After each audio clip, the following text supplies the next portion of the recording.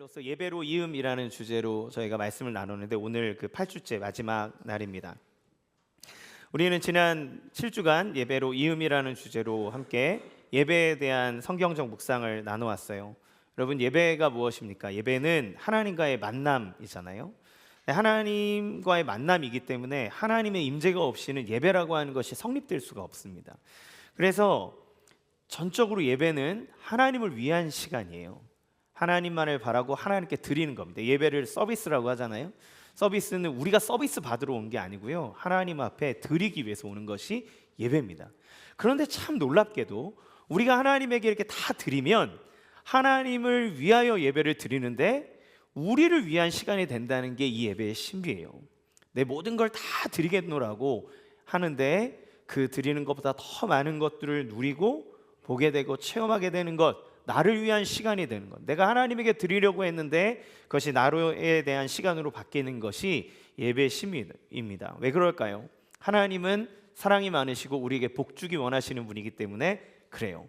그래서 하나님은 우리와 만나고 싶어 하시고, 만나고 싶어 하시는 이유는 우리에게 복 주시기 위해서라고 성경은 계속 이야기합니다. 하나님은 그 백성과 만나기 위해서 뭘 만드셨습니까? 성전을 만드신 거예요. 그들에게 복을 주시고 그들을 정결하게 하고 하나님의 사람으로서 풍성함을 누리게 하기 위해 성전을 주신 겁니다. 에스겔 47장 말씀 한번 기억해 보세요. 성전이 세워지고 하나님의 영광이 그 가운데 임했을 때 성전 문지방에서 흘러나온 물이 점점 멀리까지 흘러가고 그것이 깊어지고 아라바 광야를, 그리고 죽은 바다인 사해를 살리는 역사가 일어나는 거죠. 내가 산더미 같은 문제가 있을 때 그거 붙잡고 그거 막 살아갈 때는 전전긍긍하고 어쩔 줄 모르고 살지만 하나님만 바라보려고만 했는데, 그저 하나님한테 위로만 바라고 나왔는데, 예배가 살아나면 하나님의 임재가 우리 가운데 나타나고, 그러면 죽었던 마음이 살아납니다. 이런 마음에서 갑자기 눈물이 흐르고, 그냥 여기 와서 찬양만 시작했는데 눈물이 흐르고 나의 마음에 위로가 찾아옵니다. 절망이었던 마음이 막 소망으로 싹트기 시작합니다. 이런 마음에서 시작된 은혜는 점점 흘러가서 주변을 바라보는 시선이 바뀌게 되고, 그리고 주변을 대하는 나의 태도가 바뀌게 되고, 그러다 보면 정말 어느새 내가 상상하지도 못했던 삶의 환경과 관계의 변화가 일어나는 기적 같은 일들이 우리의 삶에 경험하게 되는 거죠. 이 살리는 물이 계속 흐를 때 강을 이루고, 그것은 우리의 마음과 삶과 우리의 환경을 다 변화시키는 기적의 일로 나타나게 됩니다. 그러면 이 은혜가 예배 가운데 흐르고 있어요. 이 예배 가운데 하나님이 주시는 은혜입니다. 그러면 여러분에게 질문 드리고 싶습니다. 여러분, 이 생명의 은혜를 어디까지 흘려보내고 계십니까? 혹시 이 은혜가 흘러가지 못하고 어딘가에 멈추고 있지는 않습니까? 혹시 이 예배당 안까지 흐르고 그리고 저 밖에 나갈 때는 탁 가둬둔 채로 나가고 계시지는 않습니까? 여러분, 예배의 은혜는 교회 안에 가두어두라고 주신 것이 아닙니다. 교회는 성전인데 성전은 그 은혜를 흘려보내는 통로라 그랬어요. 그러니까 교회가 은혜를 가두는 댐이 돼서는 안 됩니다. 보좌로부터 은혜가 끝까지 흐르는 통로가 돼야 되는 거죠. 저 문턱을 넘어 세상으로 흘러가는 생명수의 시작점이어야지 여기에서만 은혜 누리고, 여기서만 기뻐하고, 여기서만 위로받고, 여기서만 감격하고, 그리고 나가서 다시 현실을 그대로 산다면 그 물은 고인물이 되고 썩은 물이 될 수밖에 없습니다. 예배 후 나가는 현실은 그 물이 흐르는 현장이 되어야 하는 거죠. 그렇다면 예배당 문을 나서며 우리는 어떤 마음으로 세상에 들어가야 할까요? 어떻게 해야 그 은혜의 물이 우리의 삶에 강같이 흘러가 열매 맺게 하고 살리는 역사가 일어날까요? 오늘 바울은 로마서 12장에서 그 답을 이야기해 줍니다. 오늘 바울이 이야기하기를 너희 몸을 하나님이 기뻐하시는 거룩한 산 제물로 드려라, 이렇게 얘기해요. 너희 몸을 하나님이 기뻐하시는 거룩한 산 제물로 드려라. 그것이 우리의 삶에 하나님의 은혜가 흘러가는 아주 중요한 방법이라는 거죠. 자, 그러면 우리 이 말씀을 두고 한번 깊이 생각해 보겠습니다. 첫 번째, 왜 몸일까? 우리는 예배는 어떻게 드린다 생각합니까? 영으로 드립니다. 그렇죠? 신령과 진정으로 예배할지니라 아멘, 이렇게 했잖아요. 그러니까 우리는 예배를 영으로 드리는 것으로 생각하는데, 바울은 너의 영으로 산 제물을 드리라 하지 않고 몸으로 산 제물을 드리라 했습니다. 왜 그랬을까요? 이거는 당시 사람들이 갖고 있었던 인식을 깨뜨리기 위함입니다. 그건 뭐냐면 첫 번째, 헬라적 이원론 사고예요. 당시 로마와 헬라 철학은 소마세마라고 부르는 것, 즉 몸은 영혼의 무덤이다, 이렇게 생각을 했어요. 그리고 당시 교회를 어지럽게 만들었던 이단 사상 중에 영지주의라고 하는 것이 있었는데, 이 영지주의 사상 안에는 영적인 것은 정결하고 고귀하지만 몸은, 그러니까 물질적인 것, 그러니까 인간에게 있어서는 몸은 열등하고 더러운 것이다라고 하는 이 이분법적 사고를 가지고 있었어요. 그러니까 이 사고는 희한하게도 극단적인 두 가지 형태의 삶의 양태로 나타나게 됩니다. 첫 번째 뭐냐면 금욕주의예요. 왜냐하면 몸은 더러운 거니까, 막 몸은 부정한 거기 때문에 극단적인 절제를 통해서 이걸 제어하고, 그리고 막 이렇게 억눌러 두려고 한 거죠. 이제 많은 고등 종교들, 조금 더 인간이 선하게 살려고 애쓰는 종교들일수록 이런 금욕주의를 강조합니다. 또 다른 한쪽은 뭐냐면 방종이에요. 오히려 한쪽은 금욕주의를 얘기하지만 한쪽은 방종, 쾌락주의를 얘기합니다. 왜 그럴까요? 영은 깨끗한 건데 몸은 어차피 더러워진 거다. 이거는 어떻게 해도 깨끗해질 수가 없다. 썩어 없어질 것이다. 그렇기 때문에 몸으로 무슨 짓을 하든 우리 영의 깨끗함에 방해를 줄 수 없고 이 영적인 구원과는 아무 상관이 없다라고 하는 논리를 갖고 있는 거예요. 그러니까 몸으로 뭔 짓을 하든 상관없다. 영만 깨끗하면 된다. 이렇게 얘기를 하는 거죠. 그런데 바울이 이거에 대해서 분명하게 선언하는 겁니다. 예배가 영적인 것이냐? 그렇다면 너희 몸이 제물이 되어야 한다. 이렇게 얘기하는 거예요. 몸으로 예배를 드려라. 당시 사람들이 가지고 있는 생각들이 그들의 예배 가운데 영향을 끼쳐 하나님의 말씀으로 살아가야 되는 삶을 방해하고 있는 거죠. 그들에게 얘기하는 겁니다. 여러분, 예배는 우리의 생각의 고정관념과 육체의 습관을 뛰어넘게 만드는 은혜가 있습니다.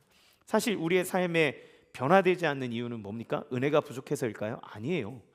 우리 안에 가지고 있는, 우리가 세상 가운데 사람들이 갖고 있는 그 인식을 그대로 가지고 살고 있기 때문에 그렇습니다. 그러니까 지금도 은혜를 받지만 우리가 하나님의 뜻대로 살려고 하면 우리가 입버릇처럼 하는 말이 있어요. 마음은 원이로되 육신이 약하도다. 안 돼. 이 인간의 죄성이 그걸 이길 수가 없어. 하나님 뜻대로 살 수가 없어. 이러면서 스스로를 패배한 패배주의자로 만들어버리는 거죠. 이 학습된 패배의식이 하나님의 은혜가 흐르는데도 거기에 불을 딱 막아놓고 여기는 더 이상 안 돼. 육체는 안 돼. 내 영만 깨끗하게 하자라고 하면서 하나님 말씀이 삶에 나타나도록 하는 것을 방해하는 거죠. 그래서 이 바울은 이 몸이라고 하는 이 육체에 대한 것에 대해서 명확한 개념을 나누어 줍니다. 그게 소마라고 하는 개념이에요. 바울은 로마서에서 몸을 뜻하는 두 가지 단어를 이렇게 대표적으로 쓰게 되는데, 하나는 육신으로 번역되는 사르크스라는 단어를 씁니다. 이게 뭐냐면 보통 이제 성경을 볼 때 육신을 따라 살아가지 말며 이렇게 얘기하잖아요.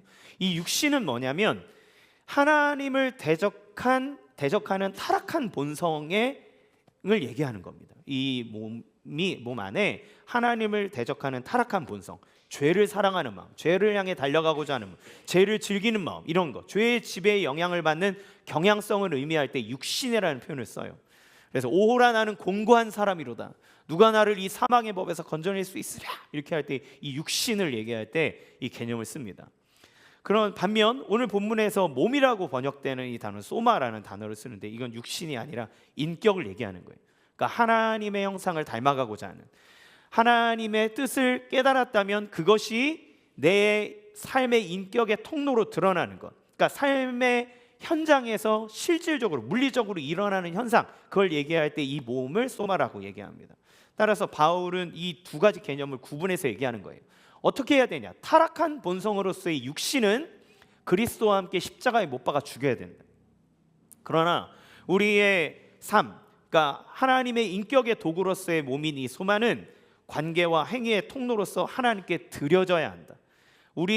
그러니까 우리의 신앙이 관념 안에과 지식 안에만 머물러 있으면 안 되고 손과 발의 실질적인 움직임, 너가 하는 물리적인 실제가 되는 것으로 나타나야 한다라고 얘기하는 거죠. 여러분 잘 생각해 보세요. 마음의 사랑은 반드시 몸으로 드러나게 돼 있습니다. 저희가 연인을 사랑할 때, 제가 제 아내랑 연애할 때도, 여러분도 그 연애의 순간들, 또 사랑하는 사람들과 했던 시간들 어떻게 합니까? 멀리 있으면 찾아갑니다. 제 친구가 부산에 있는 그 자매와 장거리 연애를 했는데 이놈이 자꾸 비행기 타고 어디로 사라지는데, 부산 가 있어요. 부산 가서 얼굴 보고 올라오고, 야, 돈 안 아깝냐? 보고 싶은 걸 어떻게 가는 거예요. 몸이 움직여요. 부모가 자녀를 생각할 때 어떻게 합니까? 예전에 특세 기간이었는데 아이가 독감에 걸린 적이 있어요. 근데 저와 제 아내, 특별히 저희 아내는 애가 아프면 신경이 딱 곤두서서 잠을 제대로 못 잡니다. 근데 이성적으로는 당장 새벽기도 가고, 우리 뭐 사모니까 또 해야 될 일도 있잖아요. 저도 목사니까 설교 준비하고 뭐 해야 되는데 애가 아프면 어떻게 합니까? 그 아이를 위해서 계속 깨고 열 체크하고 해열제 먹이고 30분마다 일어나서 확인합니다. 왜요? 사랑하는 건, 그 마음은 몸으로 드러나기 마련이에요. 예수님이 그러하셨습니다. 하나님이 우리를 사랑한다라고 하는 것을 어떻게 증명하십니까? 그가 우리를 사랑하셨기에 인간의 몸을 입음으로 그가 우리를 사랑한다는 걸 증명하셨어요. 예수님이 우리의 몸을 입음으로 우리와 같이 되신 겁니다. 우리를 대신하려면 우리가 되셔야 됐기 때문에, 그래서 그 몸으로 채찍을 맞아 고통을 받으시고 그 몸에 십자가의 못을 박아 우리를 얼만큼 사랑하는지를 확증했다라고 얘기하는 거죠. 종교개혁자 칼빈은 예수님의 이 성육신하신 것을 이렇게 얘기합니다. 읽어보겠습니다. 시작. 그분은 자신이 팔리심으로써 우리를 도로 사셨고, 체포되어 우리를 해방시키셨고, 정죄 당하여 우리를 사면하셨고, 저주받아 우리를 복되게 하셨고, 속죄 제물이 되어 우리를 의롭게 하셨고, 상하여 우리를 성하게 하셨고, 죽어서 우리를 살리셨다. 아멘. 그 하나님이 우리를 사랑한다라고 하는 것을 우리의 육체를 가지심으로써 우리에게 그렇게 증명하신 거예요. 그래서 그 그리스도의 몸의 사랑을 통하여서 우리가 누리게 되는 복이 무엇이냐? 칼빈은 이어서 뭐라고 얘기하냐면, 그래서 그분을 통해 격분이 순해지고 진노가 가라앉고 어둠이 환해지고 두려움이 진정되고 멸시가 멸시되고 빛이 탕감되고 수고가 가벼워지고 슬픔이 낙으로 변하고 불운이 행운으로 바뀌고 지옥이 얼어붙고 사망이 사망하고 필멸이 불멸로 변한다. 자비와 선이 모든 고통과 불행을 삼켰다. 어떻게 그 하나님의 사랑의 역사가 일어나냐면, 그리스도의 몸을 통하여 우리에게 당신의 사랑을 증명함으로, 그의 몸이 고통을 받고 죽고 부활함으로 우리의 모든 삶의 저주가 끊쳐지고 하나님의 은혜가 흐르게 됐다고 얘기하는 거죠. 이 모든 것이 가능한 이유는 그분이 우리의 몸을 입으심으로 가능한 겁니다. 그러면 예수님의 몸을 통해 구원을 얻은 우리는 어떻게 예배합니까? 마음먹음으로 예배하는 게 아니에요. 우리 안에 느끼고 깨달은 것을 몸으로 나타내므로 하나님께 예배하는 겁니다. 우리는 몸으로 찬양합니다. 우리는 우리의 두 손을 모으고 무릎을 꿇음으로 하나님 앞에 기도합니다. 우리의 몸이 움직여 사람들이 사랑받고 있음을 알게 하고 봉사하고 섬김으로써 우리는 하나님의 뜻이 흘러가게 하는 겁니다. 몸을 움직여야 되는 거죠. 그것이 순종이라고 말하는 거예요. 몸의 움직임이 없이 하나님을 사랑한다고, 몸의 움직임이 없이 내가 당신을 사랑한다고, 내가 정말 당신을 위하고 있다고 그렇게 말할 수 없는 것처럼 말입니다. 여러분 안에 주님 주시는 은혜가 있습니까? 여러분, 하나님께서 여러분 마음에 품게 하시는 것이 있고 여러분 머리에 생각하게 하시는 것들이 있습니까? 여러분, 그것이 여러분의 몸으로 나타나도록 여러분의 의지를 들이시기 바랍니다. 그 말로 고백하는 것을 행동으로 표현하시기 바랍니다. 여러분의 손을 모으는 기도의 행동을 하시고, 여러분이 입술을 열어 하나님을 찬양하는 찬양의 행동을 하시고, 그리고 여러분에게 마음 주시는 이에게 손을 내밀고 그를 감싸 안고 그를 위해 울어주는 행함을 통하여 하나님이 원하시는 그 일을 행하시기 바랍니다. 두 번째, 몸을 드리라 그랬는데 그것이 산 제물이라 그랬어요. 산 제물은 드린다는 것은 무엇일까? 여러분, 구약의 제사는 짐승을 죽여서 드렸습니다. 그렇죠? 그런데 우리가 하나님 앞에 드려진다는 건 우리가 죽은 제물이 아니라 살아있는 상태로 드리는 제물이 되어야 된다, 이렇게 얘기하는 거예요. 이 산 제물에는 두 가지 수식어가 붙는데 로마서 12장 1절 같이 읽겠습니다. 시작. 너희 몸을 하나님이 기뻐하시는 거룩한 산 제물로 드리라. 예, 여기에 두 가지, 기뻐하시는, 거룩한. 그러니까 하나님이 기뻐하시는 것과 거룩한 것. 그러니까 우리 자신이 하나님 앞에 온전하게 예배자로 드려지기 위해서 필요한 게 뭐냐면, 첫 번째 거룩해야 되는 것이고, 두 번째 하나님이 기뻐 받으실 만한 존재여야 한다라는 걸 얘기하는 겁니다. 자, 그러면 첫 번째 예배자의 자격을 봅시다. 예배자의 자격. 질문이 생겨요. 누가 이 거룩하고 하나님이 기뻐하시는 제물이 될 수 있는가? 우리가 잘 알고 있는 다윗이라는 사람은 예배자라는 별명을 갖고 있습니다. 예배의 사람. 그러면 딱 다윗이 떠오르잖아요. 그러니까 하나님이 인정한 예배자예요, 이 사람은. 그런데 그 다윗이 예배자에 대해서 시편 15편에서 이렇게 질문을 던집니다. 시편 15편 1절 읽겠습니다. 시작. 여호와여, 주의 장막에 머무를 자 누구 오며 주의 성전에 사는 자 누구입니까? 예, 이게 뭐라고 얘기하는 거냐면, 누가 하나님의 성전에서 감히 하나님을 예배할 수 있습니까? 이렇게 질문하는 겁니다. 누가 하나님을 예배할 자격을 갖고 있을까요? 누가 하나님을 높일 수 있는 그 자격을 가질 수 있을까요? 하나님의 은혜를 다 누리는, 그 생명의 역사를 누리는 그 사람, 그 자격을 가진 사람은 누굴까요? 시편 15편 2절에서 5절 같이 읽겠습니다. 시작. 정직하게 행하며 공의를 실천하며 그의 마음에 진실을 말하며 그의 혀로 남을 허물하지 아니하고 그의 이웃에게 악을 행하지 아니하며 그의 이웃을 비방하지 아니하며 그의 눈은 망령된 자를 멸시하며 여호와를 두려워하는 자들을 존대하며 그의 마음에 서원한 것은 해로울지라도 변하지 아니하며 이자를 받으려고 돈을 꾸어주지 아니하며 뇌물을 받고 무죄한 자를 해하지 아니하는 자이니 이런 일을 행하는 자는 영원히 흔들리지 아니하리이다. 예, 아멘. 그 주님 앞에 누가 예배할 수 있냐면 정결하고 거룩하니, 정직을 행하고 공의를 실천하고 혀로 남을 남의 허물을 들춰내지 아니하고 돈을 꾸어주되 이자 받으려 먹으려고 하지 않고 불의를 행해서 자기 이득을 취하지 않는 그런 사람. 그러니까 예배자는 어떤 삶이어야 되냐?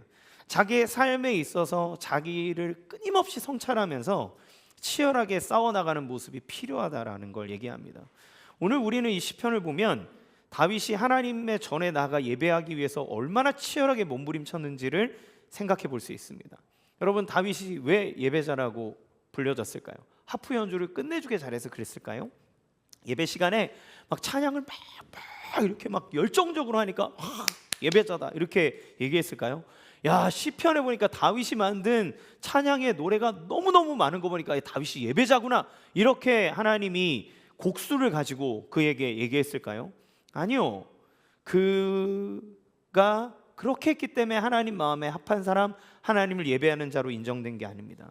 그의 예배 후의 삶이 하나님과 끝없이 동행하고 있기 때문에 하나님은 그를 세워주는 거예요. 사울이 자기를 들어 창을 던져도 다윗은 늘 하나님의 뜻이 어디 있을까 생각하며 창들기를 주저하고 거부합니다. 그가 자기를 반역하고 자기를 찌르려고 하는 아들 압살롬을 향하여서도 끝없이 하나님의 뜻을 생각하며 칼들기를 주저합니다. 왕의 자리에서 밀려난 자기를 조롱하는 저 백성들을 바라보면서 당장 그들을 향해 진노하기보다 하나님의 뜻이 어디 있는지를 생각하며 자기의 길을 걸어갑니다. 여러분, 그가 그런 삶을 살았기에 하나님 앞에 예배자로 인정을 받는 거예요. 그러면 다윗은 완전할까요? 아니요, 사실 그렇진 않습니다. 다윗은 하나님 앞에 씻을 수 없는 죄를 지었어요. 자기 부하의 아내를 탐하여 간음했고, 그거를 감추기 위해서 자기 부하를 전쟁터에 나가 죽게 만드는 계획살인을 저질렀습니다. 드러난 게 이것이라면 그의 삶 안에서 내면을 감찰하시는 하나님이 다윗을 볼 때 과연 다윗이 자기가 얘기한 것처럼 하나님의 성산에, 하나님의 성전에 서서 예배할 수 있는 자격이 되는가라고 할 때 그럴 수 없을 겁니다. 우리도 솔직히 이 기준 앞에 서면 할 말이 없습니다. 우리가 하나님 앞에 예배하고 하나님의 복을 받아 누릴 만한 자격이 있나요? 여러분, 정말 그렇게 마음에 조금의 문제도 없이 하나님을 예배하는 거룩한 삶을 살아가고 계십니까? 아니요, 그렇지 않습니다. 우리는 늘 넘어지고 우리 안에 있는 더러움이 하나님의 영광을 막아서는 걸 보게 돼요. 아무도 그 기준을 맞출 수 없습니다. 그런데 놀랍게도 다윗은 그 예배자의 조건을 다 나열하면서 자신이 하나님의 장막에 머물며 주의 성산에 올라 예배할 수 있는 자라고 선언하는 거예요. 그럼 다윗은 무슨 자신감을 가지고 자기가 예배할 수 있는 예배자라고 선언할까? 그것은 하나님의 자비하심을 붙잡았기 때문입니다. 그는 하나님 앞에 나아가 자기가 회개하고 하나님의 이름을 부를 때 자기를 용서하고 깨끗하게 하시는 자비의 하나님이라는 걸 안 거예요. 그 하나님을 붙잡고 그가 나가는 겁니다. 그래서 하나님은 그 회개하는 자에게 자비를 베풀고 죄를 사하시는 분이라는 걸 알았기 때문에 담대하게 은혜의 보좌 앞에 나가 엎드리고 회개하고 주님께 자신을 올려드리는 거죠. 자, 그러면 어떻게 그렇게 회개하고 주님 앞에 오는 그 죄인을 하나님은 죄를 없이 하고 사하고 우리를 예배자로 받아주실 수 있을까? 그것은 하나님이 우리에게 행하신 일들을 통해 알 수 있습니다. 여기에 영적 예배라고 하는 말은 로기코스라는 단어를 씁니다. 우리의 몸을 거룩한 산제물로 드리는 것이 영적 예배라고 얘기하는데, 영적 예배는 로기코스라는 단어를 써요. 헬라어 단어. 이 단어는 말씀이라고 하는 로고스와 논리라고 하는 로직, 이 두 단어의 연합으로 만들어진 단어입니다. 그러니까 이 영적 예배라고 하는 것이 뭐냐? 단순히 비물질적인 신비로운 어떤 막 영적 체험을 가진 그런 예배를 말하는 게 아니라 하나님이 나에게 행하신 일이 무엇인지를 깨닫는 자가 드리는 가장 합당하고 이치에 맞는 응답, 하나님이 나를 구원하시는 그 구원의 경륜을 깨달아 알았기 때문에 하나님이 나에게 이런 은혜를 주셨고 나를 이렇게 구원하셨구나 라고 하는 것을 깨달은 사람이 그에 합당하게 반응하는 그 반응, 응답, 그것을 영적 예배다 이렇게 얘기하는 거예요.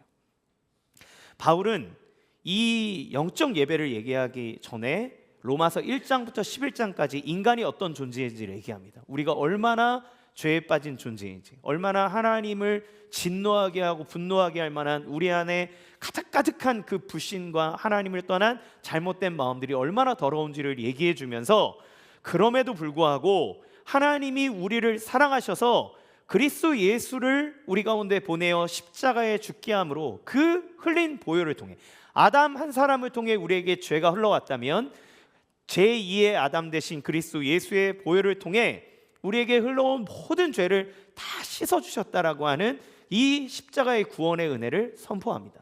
또한 우리가 하나님 앞에 설 수 없는 죄인된 자격을 가졌지만, 그러나 예수 그리스도가 우리를 위하여 죽으심으로 우리의 죄를 다 씻으셨기 때문에 이제 하나님 앞에 의롭다고 칭함을 받는 의인으로 세워졌다라고 하는 이 칭의의 은혜를 얘기합니다.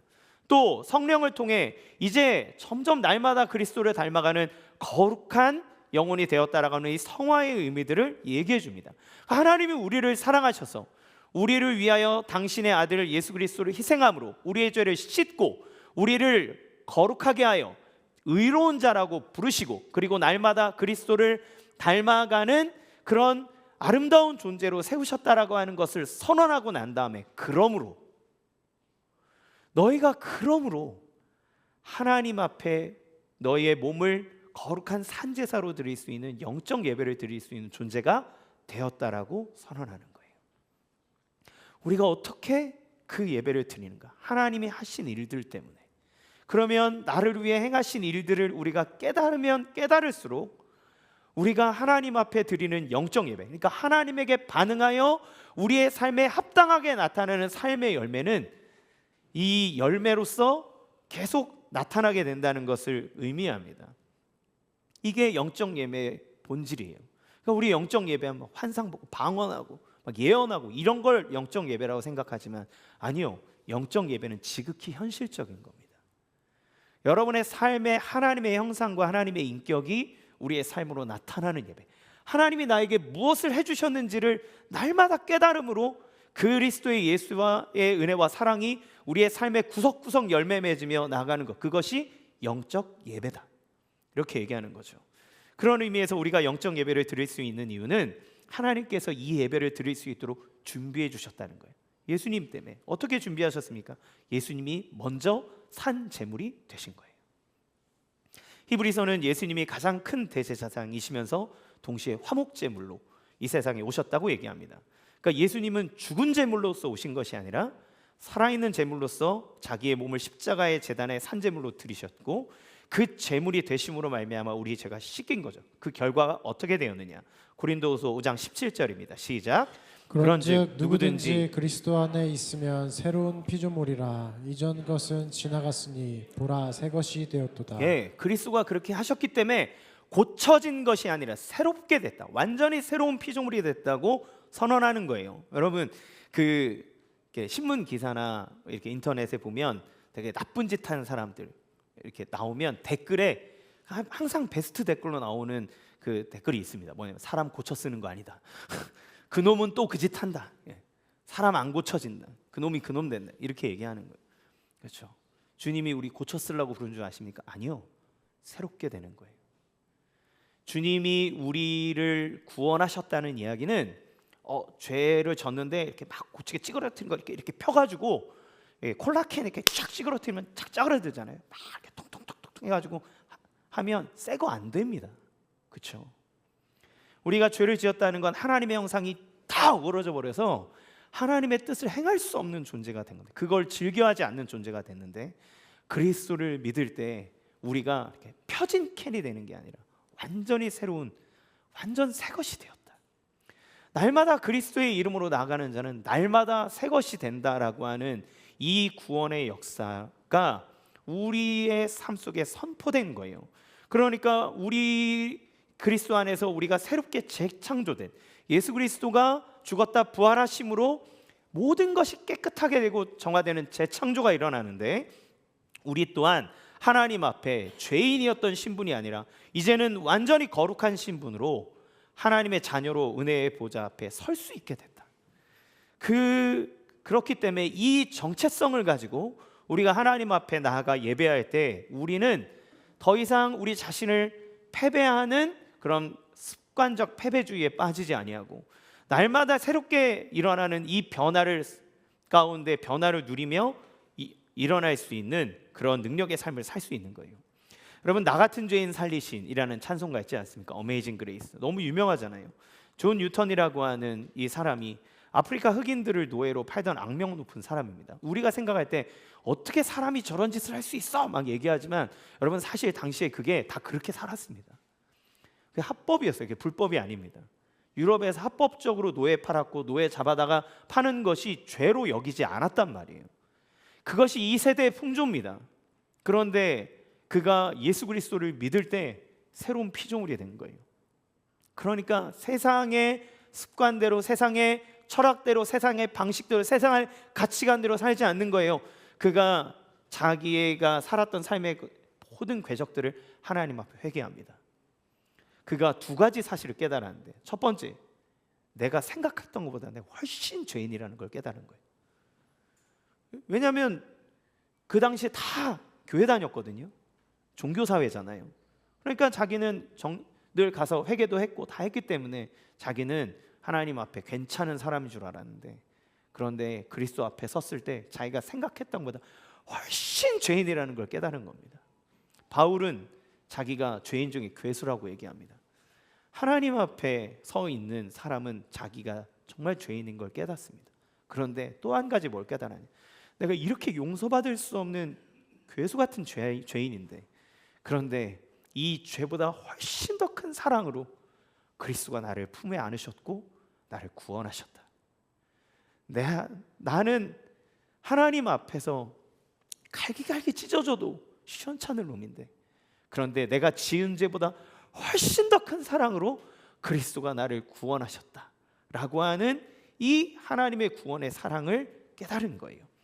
그랬을 때 이런 나 같은 죄인 살리신 주은혜 놀라, 이 어메이징 그레이스를 노래할 때 그의 삶의 변화가 일어나는데, 그 변화는 의지력이 아니라 은혜에 대한 반응으로서 삶을 바꿔가는 겁니다. 나를 구원하신 은혜를 온전히 바라볼 때 예수 그리스도를 바라봄으로써 그의 삶에 하나님의 드리는 그 의의 열매들이 날마다 맺어가는 일이 일어나는 거죠.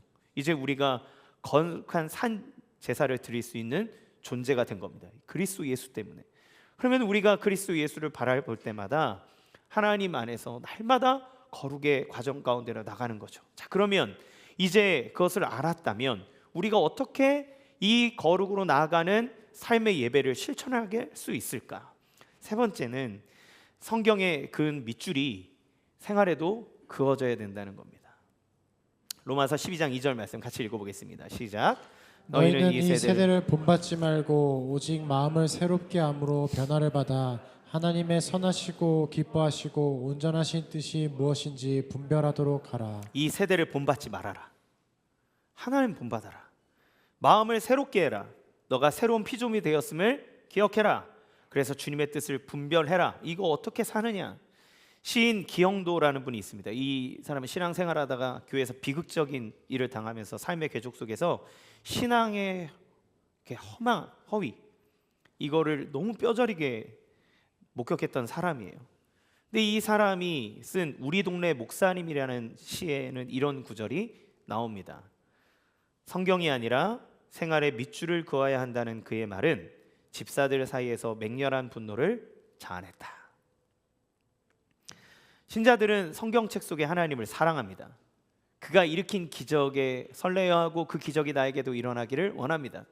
하나님이 우리를 사랑한다는 이야기에 밑줄을 긋고 그 사랑이 나에게도 임하기를 간절히 바라고, 그가 복 준다고 얘기하면 복 주는 것에 줄을 긋고 그 복이 나에게도 임하기를 원하고, 그가 나의 길을, 나의 산성이시고 나의 방패시고 나를 돕는 이시고 나의 모든 것 되신다면 거기에 밑줄 긋고, 나를 도우신 하나님, 나를 환난에서 건지는 하나님, 나에게 공급하시고 나에게 채워주시고 은혜 주시는 하나님, 여기에 밑줄을 그으며 그 하나님을 사랑합니다. 그런데 하나님이 당신의 펜을 들고 그 말씀을 가지고 우리의 삶의 밑줄을 그으면서 말씀으로 바꿔가려고 하면 그 하나님을 등집니다.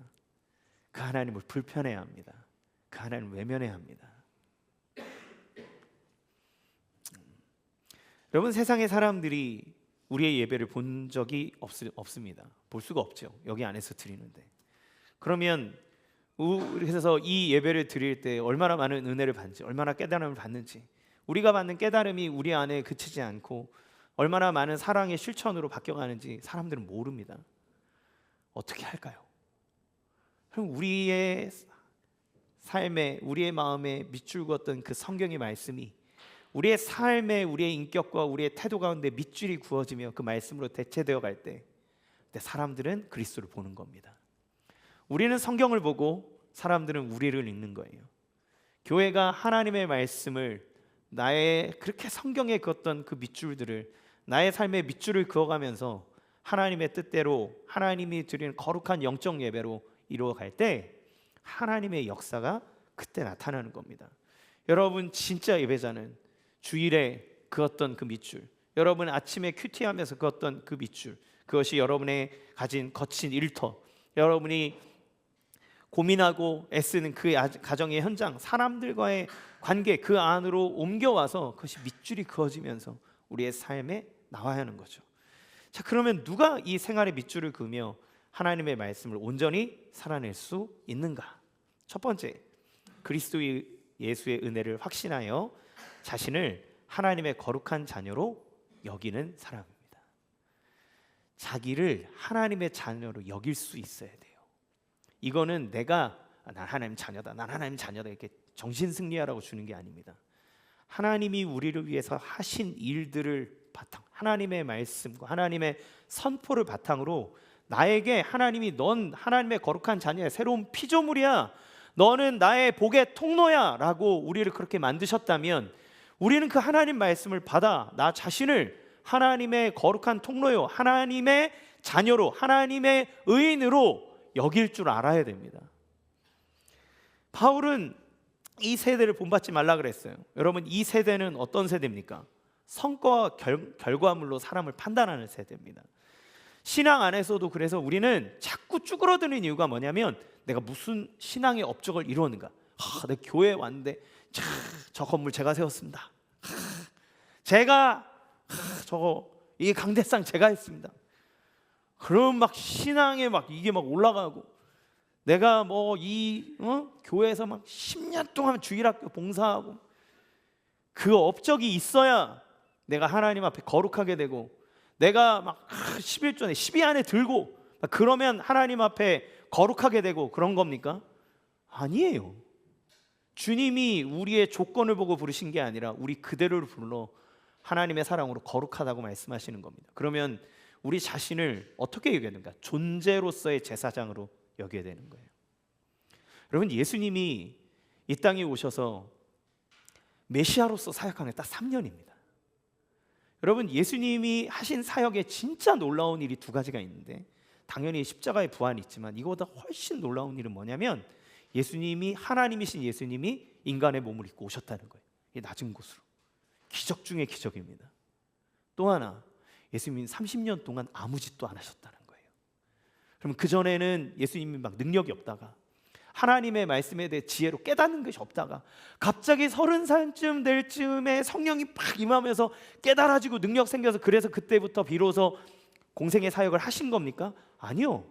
그 전부터도 하나님이셨고, 그 전부터도 하나님이 가지고 있는 하나님 나라의 지혜를 다 가지고 계셨고, 그 전부터도 하나님으로서 죽은 자를 살리고 병든 자를 치유하고 기절을 일으키는 모든 것들을 다 가지고 계셨음에도 불구하고 예수님은 가만히 계십니다.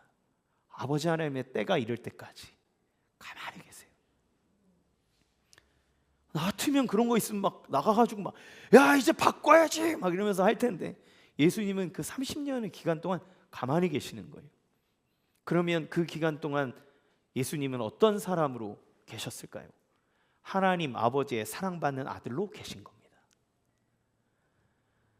사역하실 때 하나님의 인정을 받으신 것이 아니라 이미 하나님의 사랑받는 아들로 그가 그 30년의 시간을 공백처럼 가만히 계시는 거예요. 그래도 그 시간에도 하나님의 사랑받는 아들이고, 그 시간에도 우리를 구원하시는 구원자로 오신 겁니다. 예수님이 공생애를 시작할 때 세례를 받는 순간 하나님 아버지로부터 이 선언이 들립니다. 마태복음 3장 17절 시작. 이는 내 사랑하는 아들이요 내 기뻐하는 자라. 아직 십자가에 달리지도 않고 시작도 안 하셨는데 하나님이 예수님을 향해 선언하기를, 이는 내 사랑하는 아들이요 내 기뻐하는 자다. 뭐 그렇게 기뻐하는 일을 하셨다고? 그냥 사신 거예요. 하나님 아들로, 하나님 아들로서의 정체성 갖고 사신 겁니다. 거기부터 시작하는 거예요. 여러분, 하나님께서 모세를 통해 출애굽한 이스라엘 백성 중에 아론을 제사장으로 세웁니다. 아론이 이제까지 해왔던 일들을 평가해서 제사장의 후보를 군을 정한 다음에 아론이 마음에 들어 이러고 뽑으신 게 아니라 그냥 아론을 세웁니다. 그리고 뭐라고 얘기하냐면, 이는 내가 세운 제사장이니 너희는 이 제사장을 거룩히 여겨라.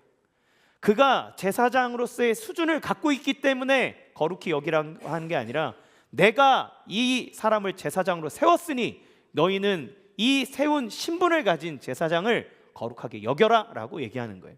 그러면 우리가 하나님 앞에 거룩한 자녀로 설 수 있는 근거는 뭡니까? 내가 무엇을 했기 때문이 아니라 하나님이 나를 위해 행하신 구원의 역사 때문에 하나님이 우리를 거룩한 자로 여기신 거예요. 그럼 우리가 해야 될 건 뭡니까? 내게 존재가 이미 하나님에게 사랑받고 하나님의 존귀한 자로 세움받았다라고 하는 정체성을 확신하고 그것을 믿으며 나가는 것이 첫 번째 예배입니다. 그걸 받아들이는 거예요. 여기서부터 시작하는 겁니다. 그때 우리의 삶에, 여러분이 아무것도 안 하는 그 순간에도 하나님이 일하시는 거예요. 예수님은 포도나무고 우리는 가지입니다. 가지는 열매를 맺습니다. 그런데 가지가 열매를 맺기 위해서 해야 되는 것은 자기가 포도나무에 붙어 있어 포도나무로서의 정체성을 갖고 있을 때 열매가 맺어지는 거지, 혼자 나가서 내가 열매 맺어보겠다고 아무리 발버둥 쳐도 말라 비틀어지지 열매 맺을 수 없는 것처럼 말입니다. 두 번째, 지극히 작은 일상에 은혜가 흘러가게 하십시오. 여러분의 삶에 은혜가 흘러가고 있다는 걸 생각하시면 좋겠습니다. 하나님의 임재 연습이라고 하는 책에 보면 수도원 주방에서 일했던 로렌스 형제의 이야기가 나옵니다. 그는 냄비를 닦아내고 설거지를 하는 그 자리, 그냥 수도사인데 막 어떤 막 거울과 필사고 이런 일을 하는 게 주방에서 일하는 사람들이었거든요. 이 로렌스 형제가 날마다 냄비 닦고 설거지하는 자리에서 하나님의 임재를 경험하는 거예요.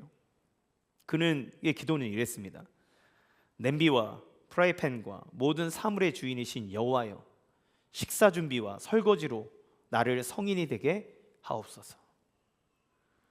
자기가 일하고 있는 그 일상에 하나님이 나를 이곳에 부르셨고 내가 하나님의 거룩한 자녀고 하나님의 은혜를 받은 자라면 내가 있는 이곳이 예배터고 내가 있는 이곳이 거룩한 곳이고 내가 있는 이곳에 하나님의 임재와 은혜가 흘러간다고 고백하고 간구하며 기도하는 거예요. 일하는 시간과 기도하는 시간이 다르지 않습니다. 하나님이 그 자리에 계신다는 것을 믿기 때문에 그렇습니다. 우리의 주방이 예배의 자리가 될 수 있습니다. 우리가 사무실에서 키보드를 자팍팍 두드리고 있는 순간 그 자리가 하나님을 예배하는 예배의 자리가 될 수 있습니다. 누군가를 돕는 손길이 예배가 될 수 있습니다. 여러분이 육아를 하는 그 자리가 예배가 될 수 있고 여러분이 작업터에서 또 상행일을 하면서 돈 거래를 하는 그 자리에도 하나님의 성령이 임하여 하나님의 은혜가 흘러가는 예배의 자리가 될 수 있습니다. 여러분이 프레젠테이션을 하며 발표하는 그 순간에도 누군가에게 기도하며 해주는 그 자리에도 동일하게 하나님의 은혜가 흘러가고 있습니다. 성전의 물을 기억하십시오. 작은 물이 흐르고 흘러 강을 이루는 겁니다. 여러분 예수님 믿는다고 당장 세계가 바뀔 거를 꿈꿔야 합니까? 물론 그럴 수 있습니다. 그러나 세계를 바꾸고 싶으시다면 여러분 내면부터 하나님 앞에 거룩하고 정직하게 서십시오. 조던 피터슨이 인생을 바꾸는 12가지 일들에 대해서 강의하면서 세상을 바꾸고 싶냐? 네 방부터 치워라 이 얘기를 합니다. 세상을 이 더럽고 세상이 짜증나고 세상이 부조리하다고 느껴지냐? 그럼 네 더러운 방부터 깨끗이 치우고 그 다음에 세상 바꿀 준비해라. 내가 있는 그 자리에 이것이 무슨 의미가 있겠냐라고 생각하지만 여러분 예수님의 공생애는 일상을 살아가는 과정 중에 준비되었고 우리 하나님께서 우리를 통해 세상을 바꾸실 때는 예루살렘, 온유대, 사마리아와 땅끝입니다. 땅끝부터 가지 않아요. 우리의 삶의 현장, 우리가 있는 그 자리에서 하나님이 이미 사랑받는 자임을 기억하며 그 자리에 그 사랑의 은혜가 흘러가기를 여러분 세워가시기를 간절히 바랍니다. 말씀을 맺겠습니다. 여러분 오늘 우리는 이 시리즈를 예배에 대한 시리즈를 마무리하면서 우리가 어떤 예배자로 살아야 할지를 정리해 보면 좋겠어요. 우리는 모든 순간을 예배자로 살아갈 수 있습니다. 예배 전에도 예배자입니다. 예배 전에 하나님이 우리를 사랑하고 우리에게 복 주시는 분임을 믿으며 그 하나님을 기대하는 마음으로 예배하는 겁니다. 여러분이 예배 자리에 나올 때 그냥 오기보다 오늘 하나님 나에게 주실 은혜가 있습니다. 오늘 하나님 나에게 주실 역사가 있습니다. 라고 하고 소망하는 마음으로 그 기대하는 예배자로 주님 앞에 나오는 여러분 되기를 바랍니다. 여러분 예배 중에 진짜 예배자 되기를 원합니다. 온 마음으로 하나님을 높이려고 하나님께 올려드리십시오. 그러면 하나님의 은혜는 여러분의 이 예배가 여러분의 시간이 되도록 하나님의 은혜를 베풀어 주십니다. 그 강같이 흐르는 말로도 할 수 없는 사랑의 은혜를 이 자리에서 다 받아가시기 바랍니다. 마지막으로 예배 후에도 그 성전의 물을 흘려보내는 성령의 통로로 예배 후에도 예배자로 살아가시기 바랍니다. 여러분이 있는 그 자리에 하나님 역사합니다. 왜냐하면 여러분은 그리스도를 주어서 구원할 만큼 하나님이 사랑하는 존재이기 때문에 그렇습니다. 누가 여러분을 침노하며 누가 여러분을 하찮다 말할 수 있겠습니까? 여러분이 인생의 실패를 맛보고 혹여나 내가 여러 어려운 질병과 아픔과 쓰러짐을 경험한다 하여도 하나님은 우리에게 얘기합니다. 너의 존재 자체가 복이다.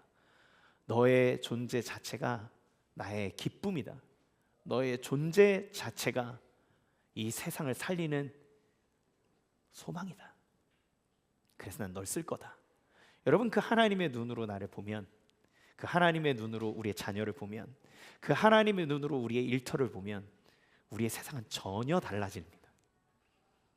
절망이 아니라 소망이 생기고, 소망이 생기면 우리가 뭘 해야 될 줄 알고, 그러면 하나님의 은혜에 반응하여 몸으로 나타나는 영적 예배가 나타나고 그것은 반드시 열매를 맺습니다. 열매는 하나님 주시는 거기 때문에 하나님의 은혜의 역사가 일어납니다. 우리는 예배합니다. 하나님 예배받기에 합당하십니다. 그 예배를 통해 여러분이 살아나고 여러분을 통해 여러분 주변의 모든 것이 살아나는 그 축복의 역사가 우리의 삶 가운데 일어나기를 주님의 이름으로 간절히 축원합니다. 이 시간 같이 함께 찬양하겠습니다. 모으신 곳